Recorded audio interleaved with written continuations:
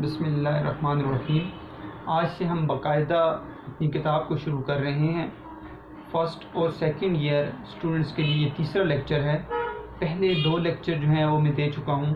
پہلے لیکچر میں میں نے آپ کو یہ بتایا کہ آپ کی کتاب کا تعارف کیا ہے، جبکہ دوسرے لیکچر میں میں نے آپ کو پیپر پیٹرن یعنی پیپر کی ترتیب بتا دی جو آپ کے بورڈ کا پیپر ہوتا ہے۔ آج کا جو ہمارا لیکچر ہے وہ فرسٹ اور سیکنڈ ایئر دونوں کلاسز کی اسٹوڈنٹس کے لیے ہے۔ پہلا سبق دیکھتے ہیں فرسٹ ایئر کا کون سا ہے اور پہلا سبق دیکھتے ہیں کہ سیکنڈ ایئر کا کون سا ہے۔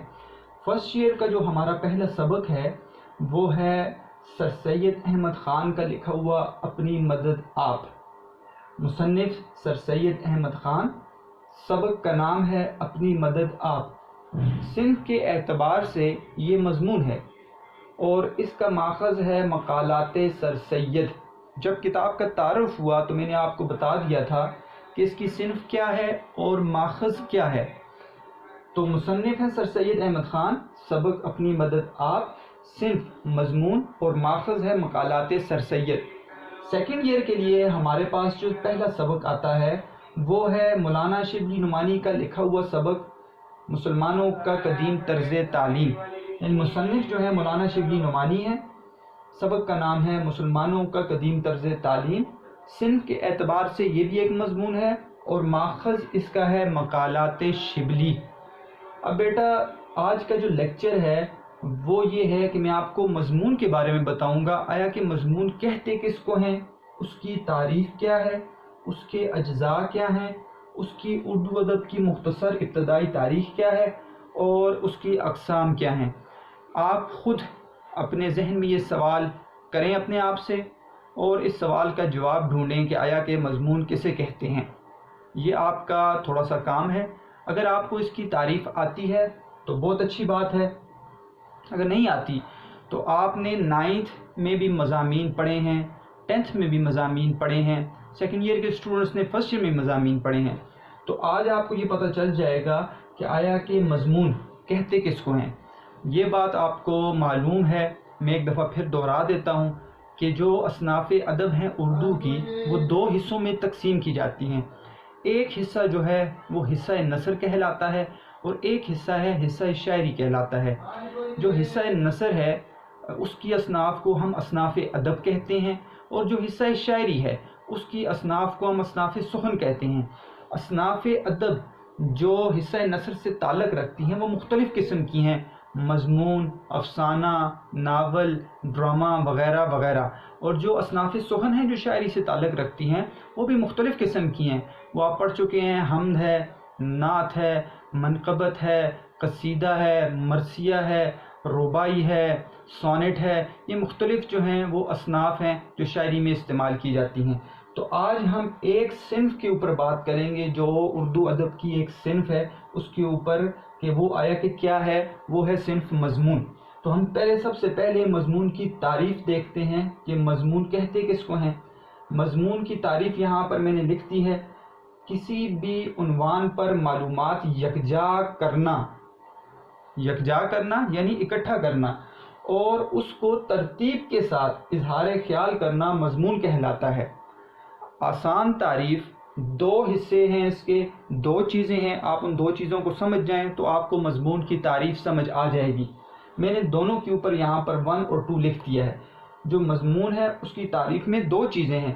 پہلی چیز، آپ کسی بھی عنوان جس ٹاپک پر آپ بات کریں گے، آپ لکھیں گے، اس کے اوپر آپ نے معلومات کو اکٹھا کرنا ہے۔ یہ پہلا اہم کام ہوگا کسی بھی مضمون نگار کے لیے کہ وہ اس ٹاپک پر جس پر لکھنا چاہتا ہے اس کے اوپر معلومات کو اکٹھا کرے گا۔ اور دوسری چیز کیا کرے گا، وہ دوسری چیز یہ کرے گا کہ اس کو اکٹھا کرنے کے بعد ترتیب کے ساتھ جو ہے اس کو لکھے گا، اپنا اظہار خیال کرے گا، وہ مضمون بن جائے گا۔ وہ ترتیب کیا ہے، وہ ترتیب میں آپ کو بتاؤں گا، یہاں پر درج ہے نیچے، اس لیے آپ کو پریشان نہیں ہونا۔ تو تعریف آسان، تعریف کیا ہے، کسی بھی عنوان پر معلومات کو اکٹھا کرنا اور کیا کرنا، ترتیب کے ساتھ اظہار خیال کرنا، یہ مضمون کہلاتا ہے۔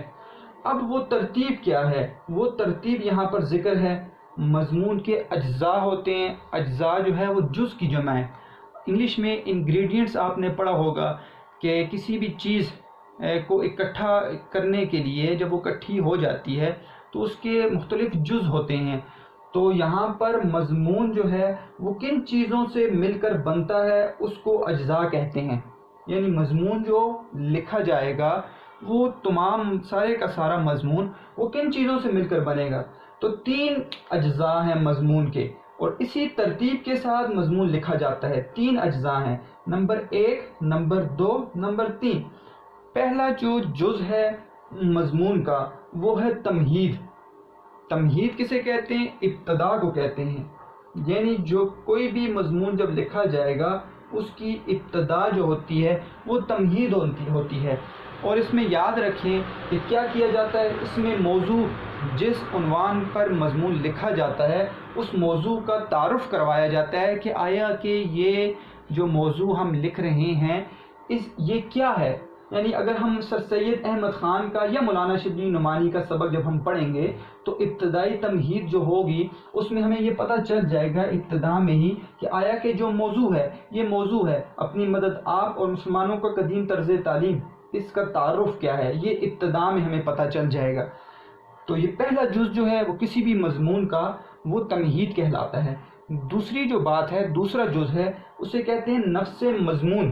نفس مضمون جو ہے اصل جو جڑ ہے وہ کسی بھی مضمون کی جو اصل چیز ہے وہ ہے نفس مضمون. نفس مضمون جو ہے وہ مضمون کا درمیانی اور مین حصہ، خاص حصہ ہوتا ہے. اس میں ہی موضوع کی تفصیلات کو بیان کیا جاتا ہے. یعنی بڑا حصہ جو ہوگا جو کسی بھی موضوع کا مضمون کا تو وہ ہوگا نفس مضمون. مثال کے طور پر سر سید احمد خان کا سبق ہم جب پڑھیں گے اپنی مدد آپ، یا مولانا شبلی نعمانی کا سبق مسلمانوں کا قدیم طرز تعلیم، تو ابتدائیے کے بعد تمہید کے بعد جو شروع ہوگا وہ ہوگا نفس مضمون. اور اسی نفس مضمون کے اندر آپ کو اپنی مدد آپ یا مسلمانوں کا قدیم طرز تعلیم کی پوری تفصیلات ملیں گی. جو انہوں نے معلومات اکٹھی کی ہیں وہ ساری کی ساری معلومات جو ہیں وہ اس موضوع نفس مضمون کے اندر وہ لکھ دیں گے. یہ دوسرا جز ہوتا ہے. تیسرا جو جز ہے، جو آخری جز ہے وہ مضمون کا، وہ ہے خاتمہ. خاتمہ کسے کہتے ہیں؟ اختتام. یعنی آخر میں وہ مصنف جو ہے اپنے جو مضمون ہے اس کا اختتام کرے گا، اس کو کسی بات پر لا کر ختم کرے گا، وہ خاتمہ ہوگا. موضوع کا اختتام جو ہے وہ خاتمہ کہلاتا ہے. دیکھیں اب آپ نے جب یہ اجزاء پڑھ لیے تو اب آپ کے لیے یہ تعریف سمجھنی کوئی مشکل بات نہیں ہے کہ کسی بھی عنوان پر معلومات کو جب ہم اکٹھا کریں گے اور اس ترتیب کے ساتھ، کس ترتیب کے ساتھ؟ تمہید لکھنی ہے سب سے پہلے، پھر اس کے بعد نفس مضمون آئے گا، پھر خاتمہ آئے گا. اسی ترتیب کے ساتھ اظہار خیال کرنا وہ مضمون کہلاتا ہے. اب یہ چیزیں آپ جب پڑھ رہے ہوں گے سبق کے اندر تو آپ نے خود ڈھونڈنی ہے. یہ آپ کا کام ہے کہ آپ نے ڈھونڈنا ہے کہ تمہید کیا ہے، نفس مضمون کیا ہے اور اختتام کیا ہے. اگر آپ یہ چیز آپ نے ڈھونڈ لی تو آپ مضمون کی تعریف کو بھی سمجھ جائیں گے اور مضمون کے اجزاء کو بھی سمجھ جائیں گے. اب کیونکہ ہم نے مضمون پر بات کی ہے تو مختصر تاریخ جو ہے اردو ادب کے اندر مضمون کیسے شروع ہوا اس کی تاریخ مختلف میں نے جو ہے چند جو ہے وہ نکات میں نے لکھ دی ہے یہاں پر کہ اس کے پوائنٹس کیا ہیں. تو سب سے پہلے جب 1824 میں دلی کالج قائم کیا گیا، اردو ادب کو فروغ دینے کے لیے انگریزوں نے دلی کالج کا قیام کیا، تو سب سے پہلے ماسٹر رام چندر نے مضمون کی بنیاد رکھی. یہ مضمون ہمارے پاس انگلش جو ہے لٹریچر سے آیا ہے، اس لیے ماسٹر رام چندر نے اردو ادب کے اندر 1824 میں دلی کالج کے قائم ہونے کے بعد مضمون کی بنیاد رکھی اور کچھ مضامین لکھے. اس کے بعد جو ابتدائی ادوار میں 1824 کے بعد اس کا مطلب ہے مضمون جو ہے وہ شروع ہو گیا، تو مولوی ذکاء اللہ شمس العلماء کا جن کو خطاب دیا گیا، مولوی ذکاء اللہ نے اس کو فروغ دیا. مضمون کو فروغ مولوی ذکاء اللہ نے دیا. اور پھر سر سید احمد خان وہ سب سے پہلی بنیادی شخصیت ہیں، وہ پہلے جو ہیں وہ شخص ہیں کہ جنہوں نے اور ان کے رفقا، ان کے دوستوں نے اردو ادب کے اندر مضمون کو آگے فروغ دیا ہے. اسی لیے ہمارا ابتدائی سبق جو فرسٹ ایئر کے اندر ہے وہ سر سید احمد خان کا لکھا ہوا ایک مضمون ہے. یہ ابتدائی تاریخ تھی جو اردو ادب کے لحاظ سے مضمون کے لیے آتی ہے، یہ آپ نے چند باتیں اپنے پاس نوٹ کر لینی ہے اور ان کو یاد کر لینا ہے۔ اب آخری بات یہ ہے کہ آیا کہ مضمون کی اقسام، ٹائپس کتنی ہیں، کتنے قسم پر مضمون ہوتا ہے؟ تو مضمون کافی اقسام پائی جاتی ہیں، میں نے چند اقسام یہاں پر لکھنی ہیں، اور اس کا مطلب ہے جو مضمون لکھا جائے گا وہ اس میں سے کسی نہ کسی قسم میں سے ہوگا۔ علمی مضمون بھی ہوتے ہیں، یعنی کسی بھی علمی بحث پر مضمون لکھا جاتا ہے۔ ادب یعنی اردو ادب کے اوپر بھی مضمون لکھا جاتا ہے، اس کو کہتے ہیں ادبی مضمون۔ تاریخ کے اوپر بھی مضمون لکھا جاتا ہے، اسے کہتے ہیں تاریخی مضمون۔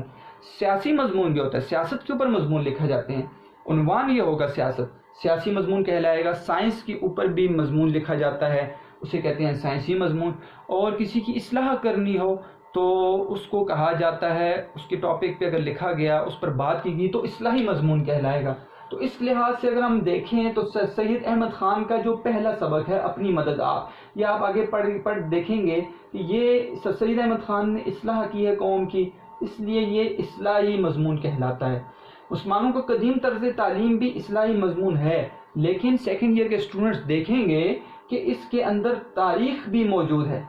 مسلمانوں کا قدیم طرز تعلیم، پرانا طریقہ کیا تھا مسلمانوں کے پڑھنے کا، رواج کیا تھا، یہ آپ کو پتہ چلے گا۔ اس کے اندر بڑی اہم تاریخ موجود ہے، اس لیے آپ کو یہ پتہ چل گیا آپ کے جو مضامین ہیں فرسٹ ایئر کے لیے اور سیکنڈ ایئر کے لیے، پہلے دونوں کے دونوں جو مضامین ہیں ان میں سے کون سی قسم ہے؟ پہلا اصلاحی مضمون ہے، اور مسلمانوں کا قدیم طرز تعلیم یہ مسلمانوں کی اصلاح بھی ہے، لیکن یہ ایک تاریخی مضمون ہے کہ اس میں مسلمانوں کے پرانے جو طرز ہے، پرانا طریقہ ہے تعلیم کا، اس کا ذکر کیا گیا ہے۔ اب ہم جب یہ مضمون پڑھیں گے تو آپ نے یہ چیز خصوصاً دیکھنی ہے کہ اس کے اجزاء کیا ہیں، اور وہ مضمون میں تمہید کیا ہے، نفس مضمون کیا ہے، اور اس کا اختتام کیا ہے۔ نیکسٹ لیسن میں انشاءاللہ تعالی ہم باقاعدہ جو ہے وہ اپنی مدد آپ سبق کے مصنف سر سید احمد خان کی حالات زندگی پر بات کریں گے، اور جو سیکنڈ ایئر کے اسٹوڈنٹس ہیں ان کے لیے مسلمانوں کا قدیم طرز تعلیم کے جو مصنف ہیں مولانا شبلی نعمانی، ان کی